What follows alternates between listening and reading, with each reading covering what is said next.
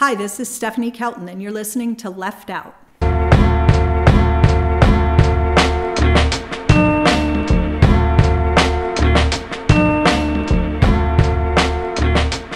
And your listeners should Google Greenspan and Paul Ryan on Social Security and watch it.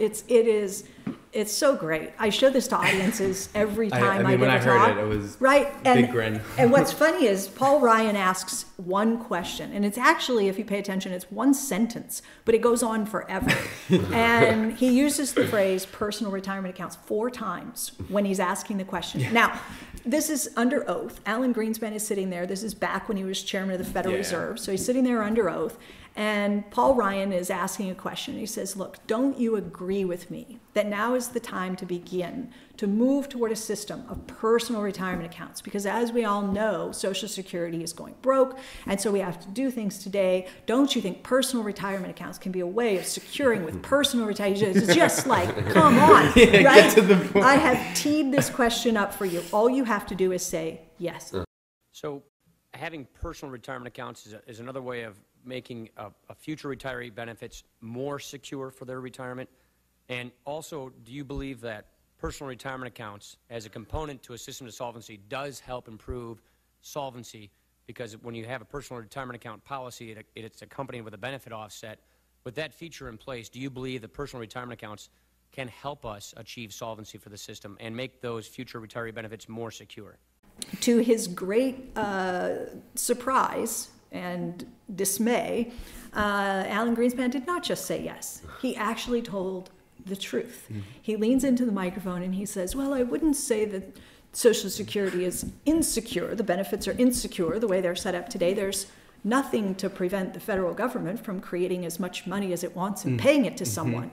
Well, there's nothing to prevent the federal government from creating as much money as it wants and paying it to somebody. The question is, how do you set up a system which assures that the real assets are created which those benefits are employed to purchase?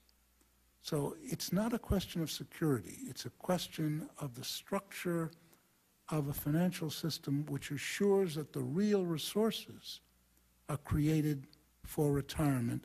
And at this point, this is the best part of the video because Ryan, you just see all the color drain from his face.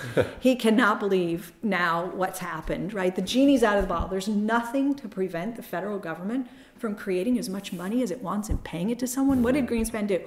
He took the affordability question off the table. He said, we can talk about Social Security. We can talk about the challenges ahead, but we can't talk about it in the context of we can't make the payments because we can always make the payments. So what was Greenspan's point?